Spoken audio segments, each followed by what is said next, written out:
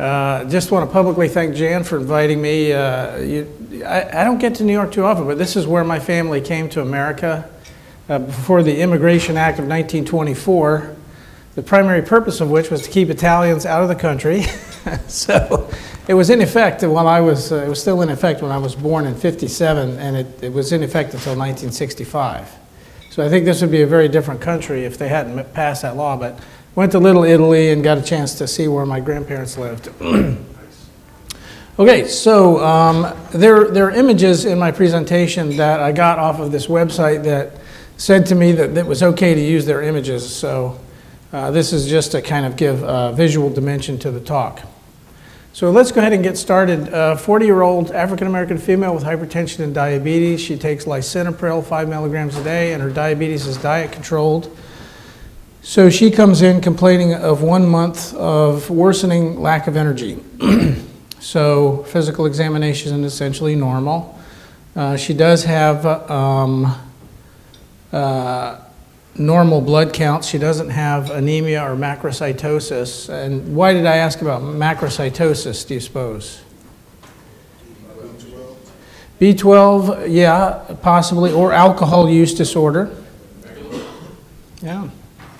So people who abuse alcohol frequently have large red blood cells. So electrolytes are normal except for a fasting blood sugar of 158, which is a little high for her, and A1C is a little high.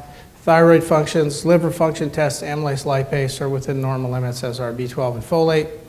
Pregnancy test is negative. Nowadays, we might add a vitamin D to that lab panel. So she's gravid 2, para 2. She recently had menses, no prior episodes of psychological symptoms, and no family history of mental illness. She doesn't drink or smoke and drinks 2 cups of coffee per day. So we think, all right, well, maybe she's depressed, right? She didn't come in complaining of depression, but the physical assessment is normal. And the labs are normal, so except for slightly elevated blood sugar. So she does endorse depressed mood. She does feel restless and sluggish. She's fatigued. She's sleeping more than is normal for her, and her weight is up by about 5 pounds since the last assessment. She denies anhedonia, feelings of guilt or worthlessness, or inability to concentrate. So she meets criteria. She has at least one of the major criteria and enough of the minor criteria to make a total of 5. So she meets criteria for depression. So whenever I make a diagnosis of depression, I ask a patient, have you had any serious thoughts of hurting yourself or anyone else? And if in fact she is seriously suicidal, she should be referred. So she also complains of anxiety attacks. And we talked about this the other day, how many patients with depression have a major anxiety component. And one of the things that suggests that she is experiencing anxiety as part of her depressive symptom complex is because she's never had it before. So she's worried a lot. She denied suicidality, but of course meets criteria for depression. So these are the treatments we have, we're probably not going to refer her for ECT because, this is her first episode. She's not treatment resistant. And then, of course, we talked about the classes of antidepressants like the SSRIs, tricyclics, and that family, the monoamine oxidase inhibitors, SNRIs, the other antidepressants that are harder to classify, and then the novel agents, Pristiq, Trintellix, Vibrid, and Fetzima. So the ones that are more commonly used in non-psychiatric settings are the SSRIs, Wellbutrin, Remeron, the SNRIs, and tricyclics. These are the ones that we typically don't use in a primary care setting. I didn't say much about TMS or ketamine yesterday. Now TMS has some advantages. One of them is that the patient sits in what looks sort of like a barber chair. They put a magnet over the left frontal area, and they just increase the gaussage until the right thumb moves, and then they do a treatment in the morning. I think the treatments last about 20-25 minutes, and they do a treatment every morning 5 days a week for about 6 weeks. So the advantage is the patient can be reading a magazine or even be doing therapy during the treatment. The disadvantage is that there's so many of them. They have more intensive, briefer treatments now that don't last 6 weeks. And really, it's probably not that good for severe depressions. But as you may remember from physics, when you have a current, any current going in the direction of like your right thumb creates a magnetic field that wraps around like your fingers. And what TMS does is create a magnetic field that creates a current. So it's an indirect way to create a current in the brain, not a direct way like ECT. So it's like the, you know, those dam turbines, you know, they have magnets and they create current by spinning with the force of the water. Ketamine, as I said, is important to know about because patients usually respond almost immediately if they respond to it as an antidepressant treatment. At Menninger, we give 2 treatments, and if we don't see a response, then we abandon therapy, or we don't continue, not abandon, but we don't continue. The problem with ketamine is nobody knows what to do once the patient responds to therapy. So they feel better, but how many treatments do you give after that? We don't know. So at Menninger, our brain stem guy will do treatments until they feel good and then start tapering off. Could you just say what TMS stands for? Transcranial magnetic stimulation. Okay, so now this patient, we have a number of choices that we could use as antidepressants for her. There are 2 that I've put in a different color than the others, and anyone know why I've changed those or singled those out? Right, those are the 2 most associated with weight gain. And she's already gained a little weight and her glycemic control is not optimal. So this is from Maurizio Fava, and you can see that Paxil is associated with a significant amount of weight gain. About 25% of patients who take it get a significant amount of weight gain. So we choose citalopram 20 milligrams a day for her. She returns to clinic 2 weeks later. She can detect no improvement in mood or anxiety.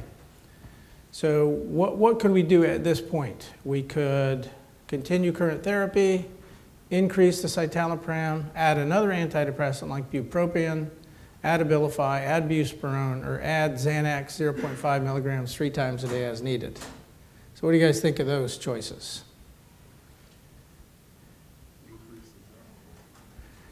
Okay, we could do that. That would be reasonable. And believe it or not, Dr. No here, I would consider adding Xanax in this patient. You know, if she's really struggling with anxiety and there's no specific contraindication, like she's not an airline pilot, for example. You know, with the idea that it would be short term. But what we choose to do in this case is stay the course. What was that? Sorry, it was, I thought... Those are the, asking them by the ARS. Oh, I see, okay. You can go to the next question. Okay. And give them an opportunity. I see, okay. Answer.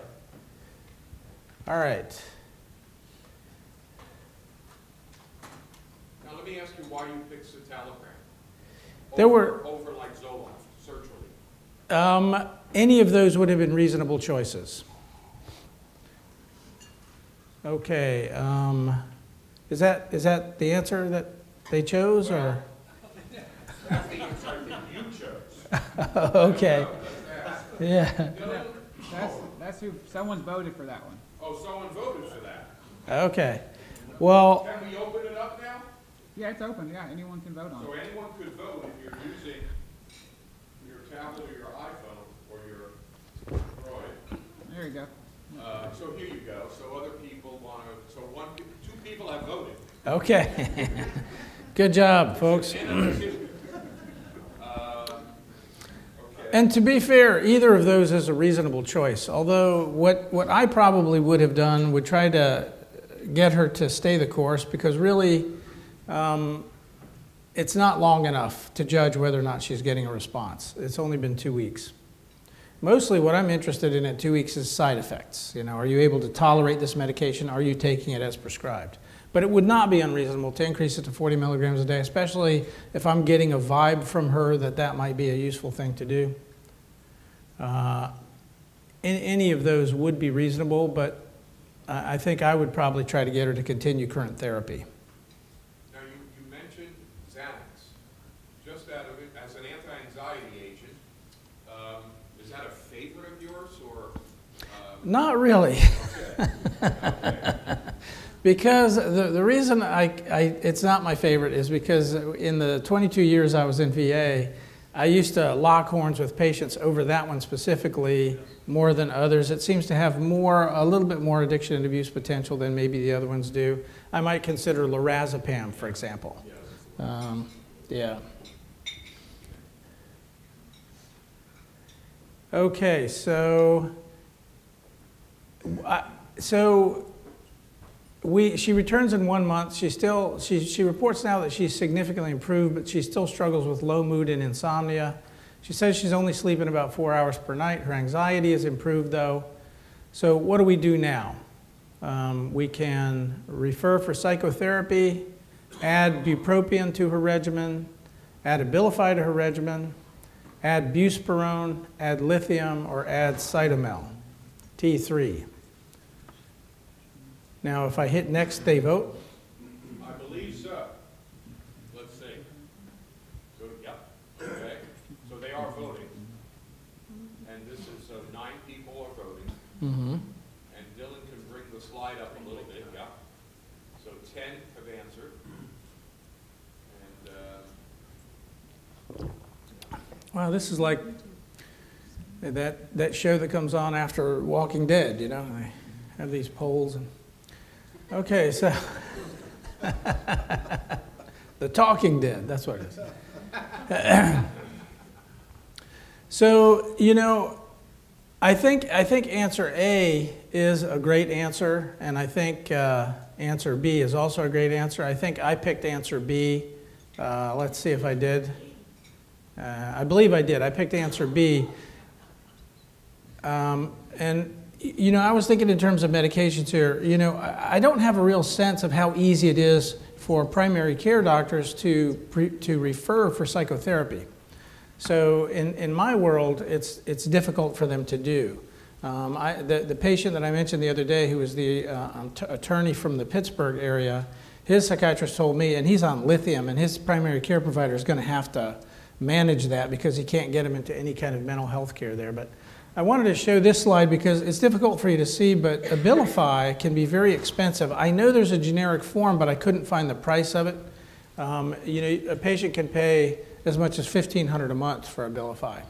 And one of the reasons I didn't like it for her was what? Weight gain, right. So it's in the intermediate risk category along with risperidone and Seroquel. Now, if the question had been Latuda or Geodon, which is lorazepam and ziprasidone, or Vraylar, which is really expensive, then I would have gone, well, that's not unreasonable. Of course, we don't have the VAST-D study to support its use like we do for Abilify. However, bupropion is pretty inexpensive. Even for the name brand, if you were paying retail, would be $214 a month, which, you know, for the generic, it's extremely inexpensive. And so this is just from the VAST-D study, and you can see that adding bupropion and adding Abilify adding Abilify was the most effective intervention, but with the weight gain and potential for worsening diabetes in this patient, we would not probably have chosen that one. So what we wind up doing is add bupropion 150 milligrams a day. Remember, her anxiety is better. Bupropion doesn't really help anxiety. The SSRIs do, but we're adding this to help with her depression. So approximately 3 months after the dosage of bupropion is titrated up to 300 milligrams a day, patient reports remission of symptoms. So, excellent. Yeah, so there's a diversity of opinion on this. If the patient has had an uncomplicated depression, and was not seriously suicidal, has never had a previous episode. I might try to taper her down and take her off after about 6 months. If they had serious suicidality or it's extreme, like say lost their job or had trouble in their marriage because of the depression, which is not uncommon, then I would make it at least a year. And if it was a recurrent episodes, I might just keep them on it perpetually. But you know, something we don't do that much anymore is drug holidays. I think we should do that. I think people get tachyphylactic to the effect. And so I try to get people to take a holiday once in a while from their medications, but not very long because I don't want to precipitate a relapse. Okay, here's case number 2. 73-year-old white male, widower with hypertension, atrial fibrillation, and congestive heart failure. He denies depression, but he comes in complaining of insomnia. So we think, okay, insomnia, you know, we think, well, maybe he's depressed. So in fact, he meets criteria for depression. He has anhedonia, he feels restless, he has this insomnia he's complaining of. He's actually lost some weight, so he's a melancholic depressive, as Hippocrates would have said. And he has difficulty concentrating. So here's a guy who meets criteria for depression. He's a 73-year-old white male who lives alone. So we all should be feeling a little anxiety, okay? Particularly if he lives in Idaho, Montana, that part of the country. So he had a depressive episode at age 44 that was successfully treated with Elavil. The last echocardiogram revealed an ejection fraction of 25%. His medications are metoprolol, digoxin, lisinopril, and he's anticoagulated with warfarin. So here's some antidepressants. Now, why do I have astraces next to those two? Yeah, so venlafaxine could complicate his blood pressure management, which could complicate his left ventricular function. What about Remeron? I didn't make a whole lot of this, but it does have orthostatic hypotension or some alpha blockade, and I don't want to complicate that either. So we'll probably pass over that one as well. So I think any of the rest of these would be reasonable choices. Notice that these are the CYP isoenzymes, or most of them. It didn't have 3A5 there, but it clusters with 3A4. Fluoxetine goes down 2D6, and metoprolol goes down 2D6. This was that drug interaction I was telling you guys about the other day. So it is possible that if somebody's on metoprolol and you add fluoxetine, they could become bradycardic. Now, a patient like him is very likely to have a pacemaker implantable cardioverter, you know, but that would be something to think about. Paxil also goes down that metabolic pathway. I don't like Paxil in him because it's a little bit antimuscarinic and could complicate his cognitive function. So here's another picture of the cytochrome oxidase system. So 2C9, you can see fluoxetine there and paroxetine there and sertraline there. You can see that Coumadin goes down that metabolic pathway, or S-warfarin. So anyway, drug interactions are important. So we pick escitalopram 10 milligrams a day, and here's a big reason why. Look at the cytochrome oxidase metabolism. It doesn't really do a whole lot down that. So it's good for patients who are elderly on multiple meds. So after a month, he reports significant improvement in his symptoms except anxiety, which has been getting progressively worse. Because of our concern about the neurocognitive effects of benzodiazepines, we had hydroxyzine, 10 milligrams up to 3 times a day for anxiety. So what happened here? Then he gets confusion and memory problems. So hydroxyzine is marketed, or was marketed under the name Atarax. And this is actually a fascinating piece of history. There was a guy named Zeno of Cyprus who created a school of philosophy called Stoicism eons ago. And he said that there's nothing that's really bad that can happen to you. The only thing that's bad is your reaction to it. And he said if you could accept the world as it is, just accept it, stop banging your head against the wall, you could achieve a state of peaceful contemplation called ataraxia. And that's why they called it atarax, you know. So it's a really good anxiolytic, especially in people who aren't classically conditioned to take a benzodiazepine when they're anxious. But it is somewhat anti-muscarinic. And so we took a chance, and he's had some neurocognitive side effects from it. So hydroxyzine is discontinued. He clears. He's referred for psychotherapy. Okay, case number 3. Questions on that case? Yeah, any questions? What kind of psychotherapy would we hope that he gets? CBT, that's right. Why not a little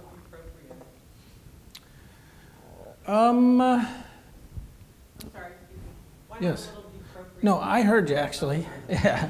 The question was, why not a little bupropion? Well, that's not unreasonable. Now, you know, it won't help his anxiety unless his anxiety is primarily a dimension of his depression. So that would not be unreasonable. But I think given, you know, the fact that he's elderly, you know, another thing we might consider is lithium. Okay, now, what's his renal function? You know, we'd be concerned about that. But because he's an elderly white male who lives alone, lithium comes to mind. I don't use a lot of it in elderly patients, though, because it too can have neurocognitive side effects. And renal function is less robust in the elderly than it is in younger patients. But bupropion would be, and you mentioned a little bupropion, so a lot of times when we're adding a medicine, we don't wind up titrating it up to the monotherapy dose. We can use a lower dose.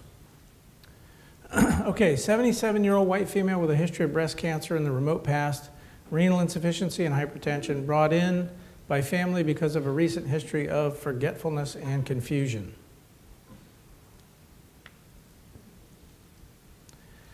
So she has a 4-month history of headache with normal sedimentation rate and normal imaging studies. For 3 months, she has complained of nausea with normal blood counts and indices, aminotransferases, amylase and lipase, negative hemocults. The only medications she takes are lisinopril and atenolol.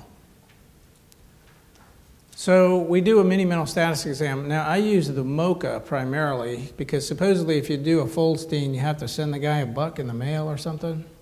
You know, it's proprietary now. But you can download the Montreal Cognitive Assessment, and the great thing about the Montreal Cognitive Assessment, you just go to their webpage, download it. When you download it, you can download it in almost any language. Sometimes for fun, I'll give them the Tamil version and ask them to fill it out, and they go, what, you know, can't do that? Anyway, so the thing about the MoCA is it comes in 3 versions. So if you keep giving them the same version, you know, they might remember parts of it, but there's a version A, version B, version C. It has different animals on it, you know. And so, so I like the MoCA, and it's free. And it scores out of 30 also. So anybody here ever used the MoCA, Montreal Cognitive Assessment? It's pretty cool. Just download it and print it out. Okay, now there was one thing about her her score on or her behavior on the MoCA was that her effort seemed poor, and that's a marker for depression. And so we're thinking, well, maybe she's depressed because you know there is this. We know that there's a thing called pseudo-dementia. You know, patients who get depressed look like they have dementia, but if depressed patients who get pseudo-dementia, a very high percentage go on to develop dementia. So she's got thoracic kyphosis, some positive frontal release signs, which, you know, the glabellar root snout, palmomental grasp. The grasp is the most specific, and the palmomental, you know, scratch the palm, the chin. You can see the chin move a little bit. That's the the most sensitive. So she may have, so anyway, labs are baseline for her. She does have renal insufficiency, B12, folate, RPR, thyroid function are normal. CT of head, age-appropriate atrophy, otherwise normal. So we subject her to the diagnostic criteria for depression. And one of the reasons we might do this is because depression is easier to treat than dementia is. So we go, well, let's go with something more treatable. And so she does meet criteria for depression. So here are some medications we might choose. And why did I put an asterisk next to Paxil and Remeron? So Paxil has antimuscarinic effects. It's probably the most antimuscarinic of the SSRIs and second-generation antidepressants. So, you know, it's probably going to worsen her cognitive performance. And then Remeron has some orthostatic hypotension. So, but otherwise, so I put escitalopram in bold, so that must have been the one we picked, I guess. So we put her on escitalopram, and then on follow-up at 2 weeks, the family say she's got paranoia and auditory hallucinations. So we add risperidone, 0.5 milligrams at bedtime. Her symptoms do not improve after 1 week, so the risperidone is increased to 1 milligram, and patient gradually becomes more and more agitated. She's referred to a psychiatrist for management of psychotic depression versus dementia-related psychosis. Now, what about risperidone if she has dementia-related psychosis? What does risperidone do? Increases her risk of death. Now, to be fair, her risk of death is 100%, right? I see these articles, you know, this will reduce your risk of death. No, it won't. But anyway, the spontaneous risk of death in patients who are elderly during a given period is about 1%. And I don't know what that given period was, but there's a number of articles about this.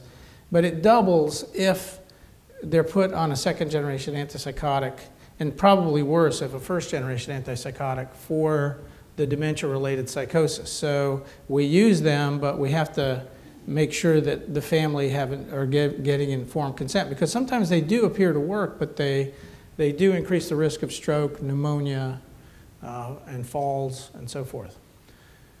So the patient goes to a psychiatrist. Antidepressant and antipsychotic are discontinued, and memantine donepezil is initiated, and she eventually improves. Now, there's only 2 medications that have been shown empirically to improve agitation in elderly demented patients, and one of them is this memantine donepezil combination, and the other one is a combination medication that has quinidine and dextromethorphan in it. It's the one that you see advertised on television for pseudobulbar affect. Nudexa, yeah, that's right. So those 2 are the only ones that have been empirically shown to improve agitation in elderly demented patients. Any questions about that case? I make one case on one point on the atenolol. I'm not sure I'd be using much atenolol in elderly individuals. Beta blockers in general, but you know they can be associated with some affect changes in affect, and you know they don't stack up well in the elderly. When I present my cases, we'll talk a little bit about that. So why would someone have picked? I think they picked what, a diuretic? No, she was on Lisinopril. She's on lisinopril and a beta blocker. You know, and she didn't have the EF of 25, did she? No, that was the other guy. Yeah, you're using a RAS blocker and a sympathetic. The elderly do better on a diuretic and a CCB, unless there's a compelling reason to use them. Thanks. Not being critical. No, you know, I haven't done primary care in a while, and it's an old slide. So. But thanks for the input. Yeah. I'll update that slide with your comments. No, it's good. I think it's a good thing to show it on a atenolol, because I think that it would be removed, we're Okay, case number 3, 24-year-old white female with a history of irritable bowel and fibromyalgia who complains of depressed mood. Now, if you're like most people, you're already a little anxious, you know. And she's got depressed mood, crying spells, decreased appetite. She says she has a long history of bipolar disorder.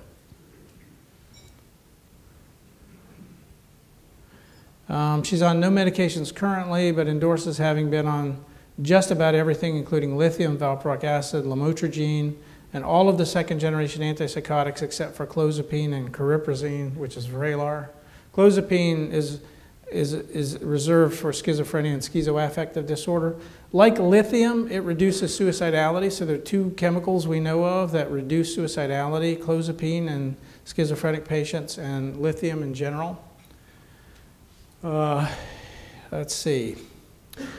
Okay, so she endorses really all of the diagnostic criteria for depression. I put weight change in yellow because she reports basically no appetite and eating very little for the past 3 weeks, but her weight is the same.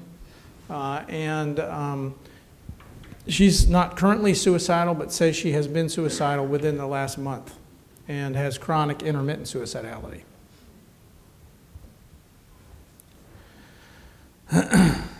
Past 6 months, worse suicidality or worse depression. She goes through periods of spending and promiscuity, which may suggest bipolarity. She has a history of a hysterectomy for uterine fibroids. She's been married and divorced, and she's probably young to have that done, so that's a question mark. She has been married and divorced 3 times, has no children, has had 6 jobs in the last 8 years since her discharge from the military. She smokes 2 packs a day and drinks 6 beers a day on the weekends. She's allergic to codeine, all non-steroidal anti-inflammatory agents, and acetaminophen. Okay, so now you're really anxious, right?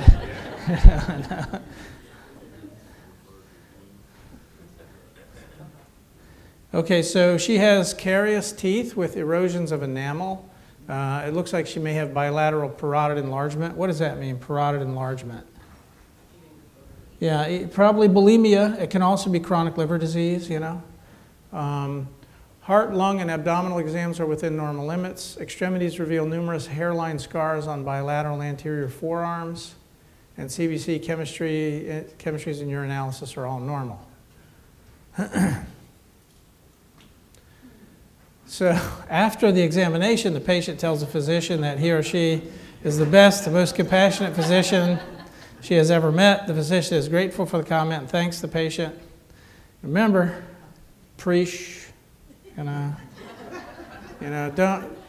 This is a trap, in a sense. So, okay, so let's talk about antidepressant choices for her. I mean, she meets criteria. So, what would we not choose for her? So, bupropion might be good if we think that she's really bipolar, but she has an eating disorder probably. So the risk of seizure is higher in patients with bulimia for Remeron. Fluoxetine is probably a good choice. Now, if she's truly bipolar type 1, it would be probably a bad choice as monotherapy. However, her personality pathology is probably the cause of these periods of lack of judgment. That's one of the diagnostic criteria for certain personality disorders. Which one do we think? Let's see, is that in the slides here? So if she has a personality disorder, which one do we think she has? Borderline, probably borderline personality disorder. So periods of poor judgment in matters of money and sex is one of the diagnostic criteria or one of the background criteria. Okay, so, but we could use, if, the olanzapine fluoxetine combination is a good one to choose if we think that she is both depressed and bipolar. And in that case, we do choose that one. So we choose, fluoxetine is FDA approved for the treatment of bulimia, which is why, one of the reasons why it was highlighted. But in her case, we choose olanzapine and fluoxetine. She calls the office later to note that she's very anxious and requests Xanax. The physician declines and offers hydroxyzine. The patient terminates the relationship 2 days later and overdoses on her olanzapine-fluoxetine combination. Her suicide note indicates that her primary care provider is the worst doctor I have ever met. She's admitted to an inpatient psychiatric unit. And so, you know, this happens to everybody. You know, mental health professionals and anyone in the healthcare field will have patients who decompensate in this manner. It's very stressful, but it's real life. Okay, case number 4, 37-year-old white male with difficulty concentrating. He requests a prescription for Ritalin. He's just assumed a new job, and he expresses concern that his performance may not be adequate because of a lack of organization. He has interpersonal problems with his coworkers. So he describes restlessness, worries about being on time and forgetting appointments. He's had 2 failed marriages. He's currently married to his 3rd wife. Academic performance was poor. He has had a few legal difficulties, especially in youth. So he's had some head trauma related to leisure activities such as motorcycle riding. It's not clear that he had prolonged unconsciousness, but he's had a number of head injuries. Now this is, if you read Thomas Stone's book on Anatomy of Evil, he says that serial killers frequently, that's one of the things that we see, is serious head injury or meningitis, encephalitis. So he's been treated for alcohol and methamphetamine dependence, and he's been treated for chlamydia and gonorrhea. The DSM-4 talked about physical findings in patients who have ADHD, and they talk about hypertelorism, or wide-set eyes, high arched palate, and low-set ears. And these are things that appear in fetal alcohol syndrome, ARS-COG, Opitz syndrome.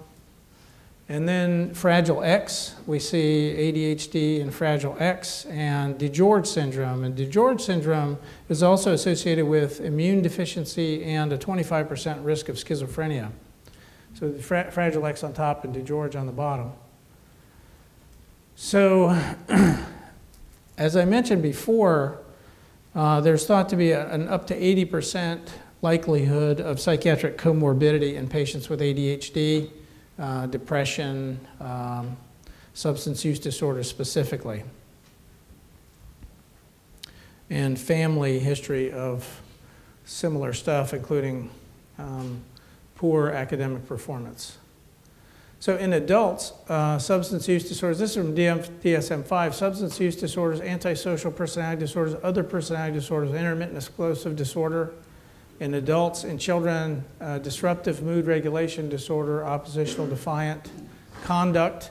And remember, to be diagnosed with antisocial personality disorder, an individual has to have met criteria for conduct disorder as a child. So like ADHD, it has to have had some evidence for being present in childhood.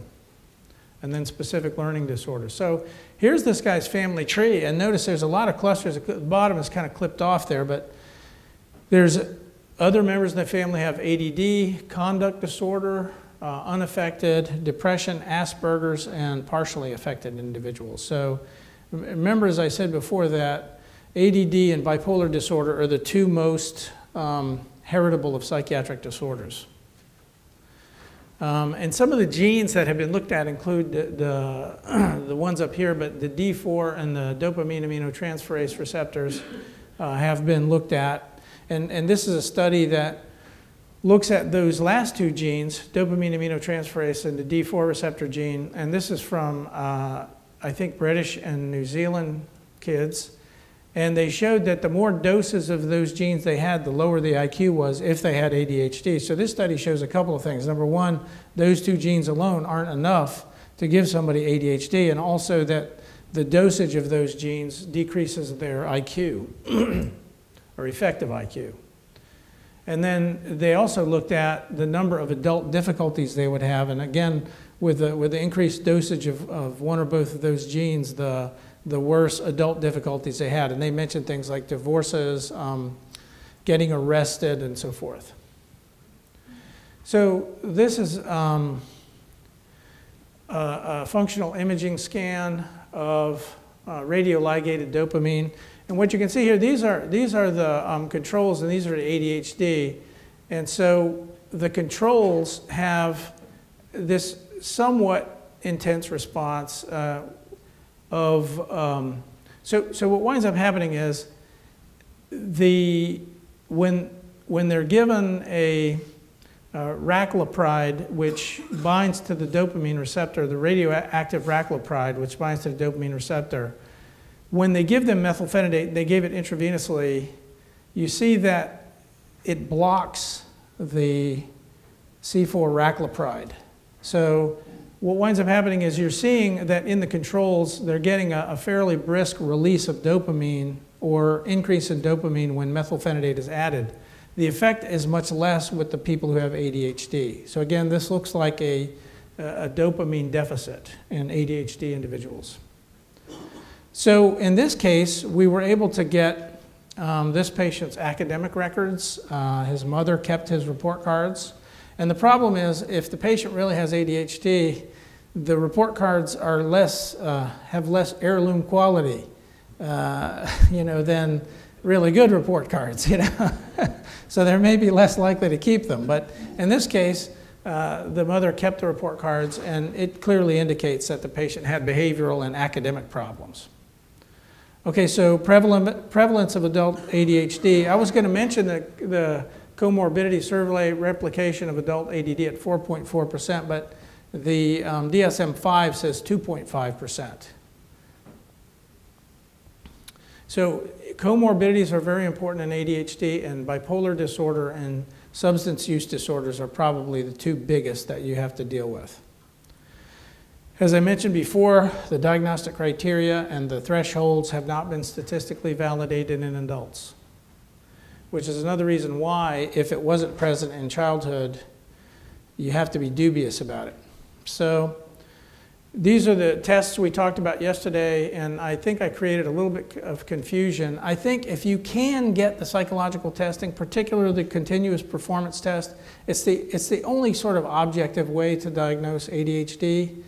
The problem is they say it's not superior to clinical diagnosis, and I get that, but if someone really wants to get a stimulant, it's easy to just answer yes to all the questions, So the continuous performance test, I think, in neuropsychiatric testing, if you can get it, is valuable.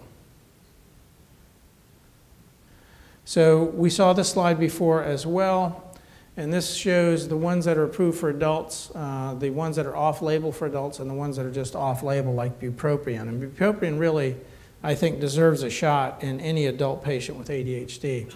So the stimulants, remember, contraindicated with monoamine oxidase inhibitors. They can have a lot of side effects. And they're not really good for patients who have active substance use disorders. And it doesn't have to be stimulants. It can be other substance uses, but we think that substance of abuse trigger other cravings and other addictive behaviors. So, and this is a slide we saw before as well. These are the methylphenidates. The two stimulants are the methylphenidates and the amphetamines. Modafinil you could use as well. It's probably a little safer and a little less effective. And then here's the amphetamines. There's Strattera. We saw this before. Doesn't aggravate tics. A hard medication to use in older men because of the urinary retention that it can cause, and can cause a lot of sexual side effects. And bupropion, we mentioned, the short-acting bupropion is a pretty good drug for ADHD, particularly if the patient hasn't been on stimulants. Now, clonidine has a lot of different effects. I use it a lot in patients who are withdrawing from opioids, and you can see it's an alpha-2 antagonist, and so the alpha-2A receptor, sedation, anxiolysis, cognition, this is where a lot of the effect in ADHD happens, alpha-2A. Then we use it as an antihypertensive, alpha-2B. Alpha-2C is where we use it in people who have opioid addiction. And so it's especially useful as an add-on agent to bupropion, but also in aggressive patients, I might use it first line. So we use bupropion in this patient. We titrated up to 300 milligrams. He notes some improvement, has some residual symptoms. particularly cognitive ones, and so we add clonidine, and he's satisfied with the results. And if he hasn't been, this is a little bit unusual in that he's used methamphetamine, so he might really be gaming for a stimulant. Patients who've had stimulants tend not to like non-stimulants. So if a patient meets criteria for ADHD, we want to know if they had ADHD in childhood. The better we can do to ascertain that, the better it is for us diagnostically and therapeutically. If there's no evidence of childhood ADHD, our patient has evidence of childhood ADHD, then we really need to consider another diagnosis. If there is evidence of childhood ADHD, we should treat. And I use bupropion first line. In children, stimulants, I would use stimulants first line, but in adults I use bupropion first line. So we saw this before. Pick's disease, which is frontotemporal dementia, usually happens in patients' 5th or 6th decades. Huntington disease, multiple sclerosis, Pfiesteria poisoning, Lyme disease, and so forth. So for the adults, remember that if there's a history of substance use, we steer away from the stimulants, and I do anyway. But if there's no history of substance abuse, you can reasonably go to a stimulant first. Okay, I think that's the end. Okay, that's great. Any questions?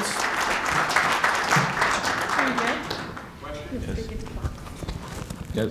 What about the patch? Have you ever tried that? Instead of clonidine, it has less side effects, easier to... I have not. That's an interesting question.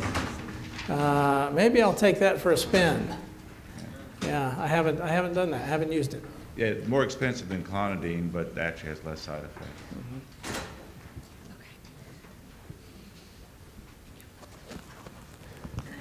Do you use Depakote in the elderly for agitation? I know that a lot of people do, and you know, I was just in a thread on Doximity about this. It's not unreasonable. Now, what kind of molecule is Depakote? Anybody know? It's a saturated fatty acid.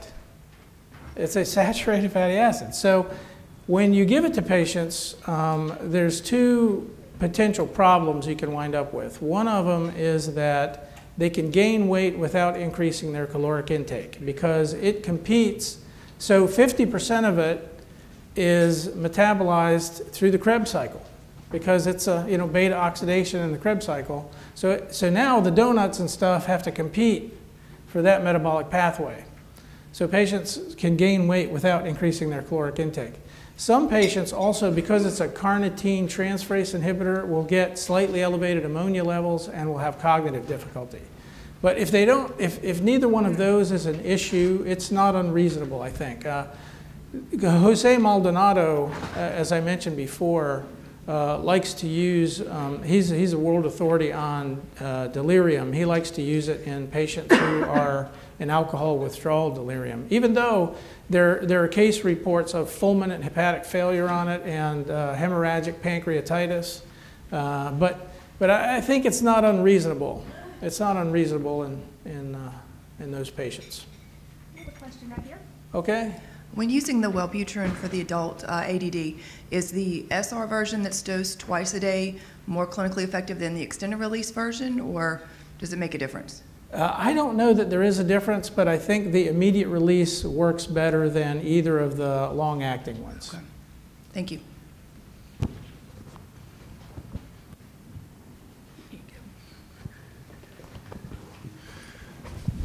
I have a fair number of adult patients that I manage on stimulant medications that are taking the drug Monday through Friday, and then they give themselves a weekend drug holiday. What's reasonable to, I guess, duration of therapy and frequency of drug holidays and duration of drug holidays? What would you recommend typically? For stimulants specifically? Yeah, let's say a 35-year-old male in a high-stress job, and he takes 40 milligrams of Vyvanse Monday through Friday, stays off the drug on Saturday and Sunday, and when I see them for 3-month follow-ups, drug check visits, I wonder how long are we going to continue this, and when should he think about taking a break from the drug, and for how long? Well, so that's normally what we do, is we don't take the medications on the weekends, and our wives get mad at us because we're not listening. But that's the way that's the normal way that patients should take it. I think it's a good idea to take the weekends off. As I think as cardiovascular risk factors accumulate, I think it's time to put pressure on them to try something different. There are forms of psychotherapy that are helpful for people with ADHD, of course bupropion is safer in people with cardiovascular risk factors than the stimulants. So I guess I would go with accumulating risk factors. Okay, thank you. Any other questions? Oh, where am I going? Am I missing? Oh, sorry. So I think I understood you to say that basically if there's no evidence of childhood impairment, that it's probably not adult ADHD, even though the symptoms might seem that way. And would you say that most often it's depression in your experience when people say that they have ADHD as adults, but there's no childhood symptom, or it could be any of those things? You don't see a common? Yeah, it could be any of those things. I think depression and anxiety are good calls. Generalized anxiety or depression would be, and so there, if you're not sure, a trial of bupropion is a good idea. I think the stakes are low. The stakes are high with stimulants, so I'm really fastidious about making sure I have an appropriate diagnosis. But a trial of bupropion, I think the stakes are a lot lower. One more? Yes, you mentioned to avoid Xanax and that Ativan was a better benzo. Could you comment? We all know benzos are bad to prescribe chronically, but I've been around and I've got a few people that I can't get off of them. Anyway, if we're going to use benzos, other than saying Ativan's better than Xanax, can you comment a little more on that? Well, okay, so yeah, it's a Faustian bargain, to use it, because sometimes you wind up with a patient that's on them long term, and sometimes there's nothing you can do about it. I think using other agents that are benzodiazepine receptor agonists, like valproic acid, for example, or I use a fair amount of gabapentin with modest success, actually, getting patients off of benzodiazepines, but sometimes you're kind of stuck, So long-term use, you want to avoid it, but sometimes you can't. A lot of our veterans have been on them since Vietnam, and we just haven't been able to get them off, Over very prolonged periods of time, you can do very gradual tapers, though, and they're usually well tolerated. Is that it then? Okay, thank you all.